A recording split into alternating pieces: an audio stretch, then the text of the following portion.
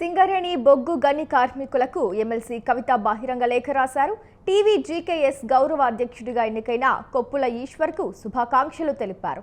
కార్మికుల చట్టాలకు విరుద్ధంగా పార్టీ కార్యాలయంలో ఎన్నిక నిర్వహించారన్నారు. రాజకీయ కారణాలతోనే ఈ ఎన్నిక జరిగిందన్నారు ఆమె. సింగరేణి కార్మికుల కోసం పోరాడుతుంటే తనపై కుట్ర పన్నుతున్నారని చెప్పారు.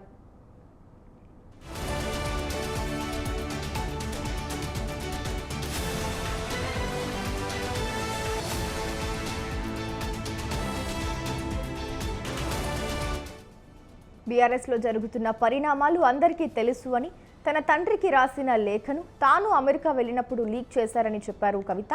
తనపై కుట్రలకు పాల్పడుతున్న వారిని బయట పెట్టాలని కోరితే తనపైనే కక్ష కట్టారన్నారు. ఆ కుట్రదారులే తనను వివిధ రూపాల్లో వేధింపులకు గురి చేస్తున్నారని వాపోయారు. తాను అమెరికాలో ఉన్న సమయంలోనే గౌరవ అధ్యక్ష ఎన్నిక జరిగిందని, చట్ట విరుద్ధంగా టీవీ జీకేఎస్ సమావేశం నిర్వహించి ఎన్నుకున్నారని కవిత తెలిపారు.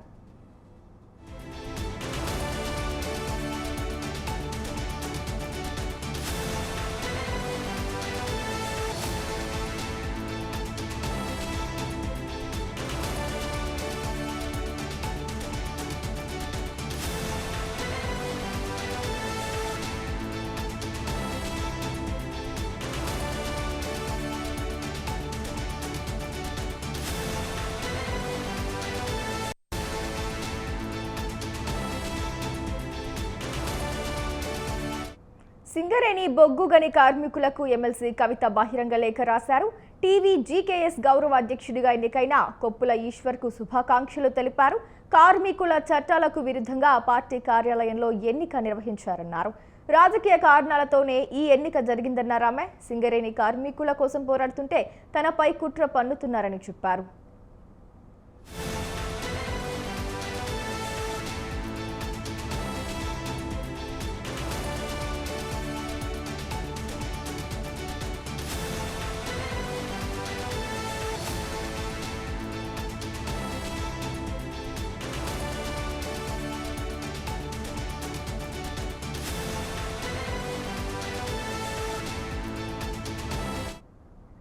బీఆర్ఎస్లో జరుగుతున్న పరిణామాలు అందరికీ తెలుసు అని, తన తండ్రికి రాసిన లేఖను తాను అమెరికా వెళ్లినప్పుడు లీక్ చేశారని చెప్పారు కవిత. తనపై కుట్రలకు పాల్పడుతున్న వారిని బయటపెట్టాలని కోరితే తనపైనే కక్ష కట్టారన్నారు.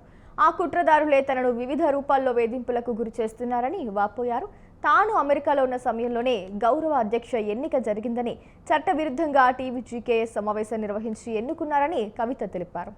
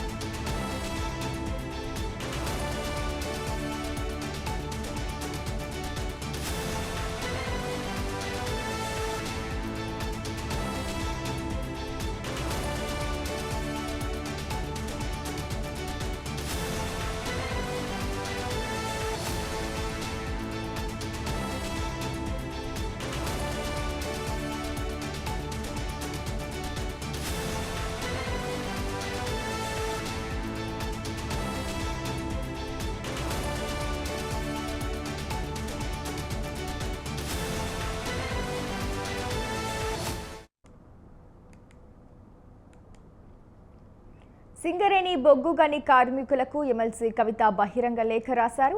టీవీ జీకేఎస్ గౌరవ అధ్యక్షుడిగా ఎన్నికైన కొప్పుల ఈశ్వర్కు శుభాకాంక్షలు తెలిపారు. కార్మికుల చట్టాలకు విరుద్ధంగా పార్టీ కార్యాలయంలో ఎన్నిక నిర్వహించారన్నారు. రాజకీయ కారణాలతోనే ఈ ఎన్నిక జరిగిందన్నారు ఆమె. సింగరేణి కార్మికుల కోసం పోరాడుతుంటే తనపై కుట్ర పన్నుతున్నారని చెప్పారు.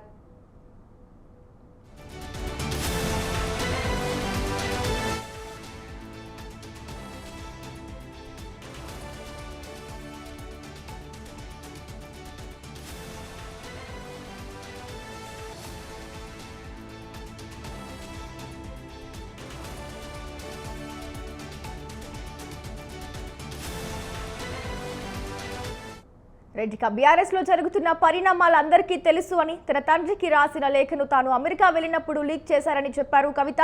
అయితే అంశానికి సంబంధించి పూర్తి సమాచారాన్ని మా కరెస్పాండెంట్ సవీన్ లైవ్ ద్వారా అందిస్తారు. చెప్పండి సవీన్. బీఆర్ఎస్ పార్టీకి అనుబంధంగా ఉన్నటువంటి సింగరేణి అనుబంధ కార్మిక సంఘం, తెలంగాణ బొగ్గుగని కార్మిక సంఘం కేంద్ర కార్యవర్గ సమావేశం నిన్న తెలంగాణ భవన్లో నిర్వహించారు. ఈ సమావేశంలో తెలంగాణ బొగ్గుగని కార్మిక సంఘం టీబీజీకేఎస్ గౌరవ అధ్యక్షుడిగా మాజీ మంత్రి ధర్మపురి మాజీ ఎమ్మెల్యే కొప్పుల ఈశ్వర్ను ఎన్నుకున్నారు. దీనిపై ఇప్పటి వరకు బీఆర్ఎస్ పార్టీకి అనుబంధంగా ఉన్నటువంటి టీబీజీకేఎస్ గౌరవ అధ్యక్షురాలుగా ఎమ్మెల్సీ కల్వకుంట్ల కవిత కొనసాగుతూ వచ్చారు. అందులో భాగంగా నిన్న కేంద్ర కార్యవర్గ సమావేశాన్ని ఏర్పాటు చేసి కల్వకుంట్ల కవిత స్థానంలో కొప్పుల ఈశ్వర్ను నియమించారు. దీనిపై బీఆర్ఎస్ ఎమ్మెల్సీ కల్వకుంట్ల కవిత తెలంగాణ జాగృతి అధ్యక్షురాలు సింగరేణి కార్మికులకు ఒక బహిరంగ లేఖను విడుదల చేశారు. ఈ లేఖలో ప్రధానంగా కొన్ని అంశాలను ఆమె ప్రస్తావించారు. ముఖ్యంగా తెలంగాణ బొగ్గుగని కార్మిక సంఘం టీబీజీకేఎస్ గౌరవ అధ్యక్షురాలుగా 10 ఏళ్ల పాటు సేవ చేసుకునే అవకాశం కల్పించినందుకు ధన్యవాదాలు తెలియజేశారు. అదేవిధంగా 2015 ఆగస్టు 17వ తేదీన కొత్తగూడెంలో నిర్వహించినటువంటి జనరల్ బాడీ సమావేశంలో నన్ను గౌరవ అధ్యక్షురాలుగా ఎన్నుకున్నారు. ఆ సమావేశంలోనే తీర్మానం చేసి ప్రధానంగా టీబీజీ కేసులో జరిగే అన్ని నిర్ణయాలు గౌరవ అధ్యక్షురాల హోదాలో నేనే తీసుకునే విధంగా ఒక తీర్మానాన్ని చేశారు. అదేవిధంగా ఉమ్మడి ఆంధ్రప్రదేశ్లో డిపెండెంట్ ఉద్యోగాలు ఇచ్చే పద్ధతిని పక్కన పెడితే కేసీఆర్ ముఖ్యమంత్రి అయిన తర్వాత తిరిగి నేను టీబీజీకేఎస్ గౌరవ అధ్యక్షురాలి హోదాలో డిపెండెంట్ ఉద్యోగాలు పునరుద్ధరించేలా చేశాను. తద్వారా సింగరేణిలో 19,463 మందికి యువతకు ఉద్యోగాలు ఇప్పించడం జరిగిందంటూ కూడా ఈ లేఖలో ప్రధాన అస్త్రంగా ఆమె ప్రస్తావించారు. మరోవైపు కార్మిక చట్టాలకు విరుద్ధంగా పార్టీ ఆఫీసులు అంటే బీఆర్ఎస్ భవన్ అంటే తెలంగాణ భవన్లో కేంద్ర కార్యవర్గ సమావేశాన్ని నిర్వహించి గౌరవ అధ్యక్షురాలిగా తన స్థానంలో కొప్పుల ఈశ్వర్ను నియమించడాన్ని ఆమె తప్పుపడుతూ ప్రధానంగా లేఖలో ప్రస్తావించిన పరిస్థితి అయితే మనకు కనపడుతోంది. ఇక గతంలో బీఆర్ఎస్ పార్టీ రజతోత్సవ సభ జరిగింది ఏప్రిల్ 27వ తేదీన. ఆ తర్వాత ఎమ్మెల్సీ కల్వకుంట్ల కవిత బీఆర్ఎస్ అధినేత తన తండ్రి కేసీఆర్ కు ఒక లేఖ రాశారు. ఆ లేఖ బయటకు వచ్చింది. ఆ లేఖ బయటికి ఎట్లా వచ్చిందో చెప్పాలంటూ ఆమె అమెరికా నుంచి తిరిగి వచ్చిన తర్వాత శంషాబాద్ ఎయిర్పోర్ట్లోనే ఆ లేఖ విషయంపై మాట్లాడడం జరిగింది. అప్పటి నుంచి ఆమెకు బీఆర్ఎస్ అగ్రనాయకత్వానికి కొంత గ్యాప్ పెరుగుతూ వచ్చింది. అది అప్పటి నుంచి ఇప్పటి వరకు కంటిన్యూ అవుతూనే ఉంది. ఈ అంశాన్ని కూడా ఆమె లేఖలో ప్రస్తావించారు. లేఖను ఎవరు లీక్ చేశారో చెప్పాలి, అదేవిధంగా నాపై ఎవరు కుట్రకు పాల్పడ్డారో చెప్పాలని నేను ప్రశ్నించినందుకు అప్పటి నుంచి నా పైన నన్ను అణచివేసే ప్రయత్నం చేస్తున్నారు. అమెరికా పర్యటనలో ఉన్న సమయంలోనే కార్మిక చట్టాలకు విరుద్ధంగా టీబీజీకేఎస్ సెంట్రల్ కమిటీ సమావేశం నిర్వహించి కొత్త గౌరవ అధ్యక్షుడిని ఎన్నుకున్నట్లు ప్రకటించారు. ముఖ్యంగా పార్టీలో జరుగుతున్న వ్యవహారాలను నేను ప్రశ్నించడమే తప్పు అన్నట్లుగా నాపై కక్ష కట్టారు అనే అంశాన్ని కూడా ఎమ్మెల్సీ కల్వకుంట్ల కవిత ఈ లేఖలో ప్రధానంగా ప్రస్తావించారని చెప్పుకోవచ్చు. ఒకవైపు ఆమె తెలంగాణ జాగృతి నుంచి యాక్టివ్గా కార్యక్రమాలు చేస్తున్నారు. సింగరేణి జాగృతి తరపున 11 ఏరియాలకు ఇటీవల కమిటీలు నిర్వహించారు. అదేవిధంగా సింగరేణిలో బలంగా ఉన్నటువంటి హిందుస్థాన్ మజ్దూర్ సంఘ్ హెచ్ఎంఎస్ కార్మిక సంఘంతో మాట్లాడి సింగరేణి జాగృతి హెచ్ఎంఎస్ కలిసి భవిష్యత్తులో సింగరేణి ఈ 11 రీజియన్లో పోరాటం చేసే విధంగా రూపకల్పన చేశారు. ఒకవైపు తెలంగాణ జాగృతి నుంచి ఆమె సింగరేణి జాగృతిని ఏర్పాటు చేసి ప్రజల్లోకి సింగరేణి కార్మికుల్లోకి వెళ్లే ప్రయత్నం అయితే చేస్తున్నారు. అక్టోబర్ తర్వాత దసరా తర్వాత సింగరేణి యాత్ర పేరిట ప్రోగ్రాం నిర్వహిస్తామంటూ ఇప్పటికే కవిత స్పష్టం చేశారు. మరోవైపు ఇప్పటి వరకు తానే టీబీజీకేఎస్ గౌరవ అధ్యక్షురాలుగా ఉన్నానంటూ గతంలో కవిత చెప్పారు. తాజాగా టీజీబీకేఎస్ కేంద్ర కార్యవర్గ సమావేశాన్ని ఏర్పాటు చేసి కల్వకుంట్ల కవిత స్థానంలో మాజీ మంత్రి కొప్పుల ఈశ్వర్ను బీఆర్ఎస్ అధిష్టానం నియమించడం చర్చకు దారితీసింది. ఆ చర్చలో భాగంగానే అమెరికా పర్యటనలో ఉన్నటువంటి ఎమ్మెల్సీ కల్వకుంట్ల కవిత సింగరేణి కార్మికులకు ఒక లేఖ రాశారు. ఆ లేఖలో సింగరేణి కార్మికులకు తాను గౌరవ అధ్యక్షురాలుగా ఉన్న సమయంలో చేసినటువంటి సంక్షేమ కార్యక్రమాలతో పాటు సింగరేణి కార్మికులకు ఏ విధంగా అండగా నిలబడ్డారని చెప్పడంతో పాటు పార్టీలో జరుగుతున్న పరిణామాలు గతంలో ఏ విధంగా ప్రస్తావించారో మరొకసారి ఈ లేఖలో అదే అంశాలను ప్రస్తావించారని చెప్పుకోవచ్చు. మరోవైపు కవిత ఈ రోజు లేఖ ద్వారా తన అసంతృప్తిని మరోసారి బయటపెట్టారని చెప్పుకోవచ్చు. దీనిపై బీఆర్ఎస్ అధిష్టానం ఏ విధంగా స్పందిస్తుందనేది మాత్రం చూడాల్సి ఉంది. అమెరికా పర్యటన నుంచి తిరిగి వచ్చిన తర్వాత దీనిపై కవిత మరింతగా రియాక్ట్ అయ్యే అవకాశం మాత్రం కనబడుతోంది. రైట్ సార్, ఇంకో స్టేట్మెంట్ ఏదైతే ఉందో కల్వకుంట్ల కవిత చేసిన దాంట్లో తాను అమెరికాలో ఉన్న సమయంలోనే గౌరవ అధ్యక్ష ఎన్నిక జరిగిందని, అది చట్టవిరుద్ధంగా టీజీబీకే సమావేశం నిర్వహించి ఎన్నుకున్నారని కూడా ఆమె స్టేట్మెంట్ ఇచ్చింది. మరి దాన్ని ఎలా చూడొచ్చు అంటారు? అంటే ఆమె ఒక అంశాన్ని ప్రస్తావించారు.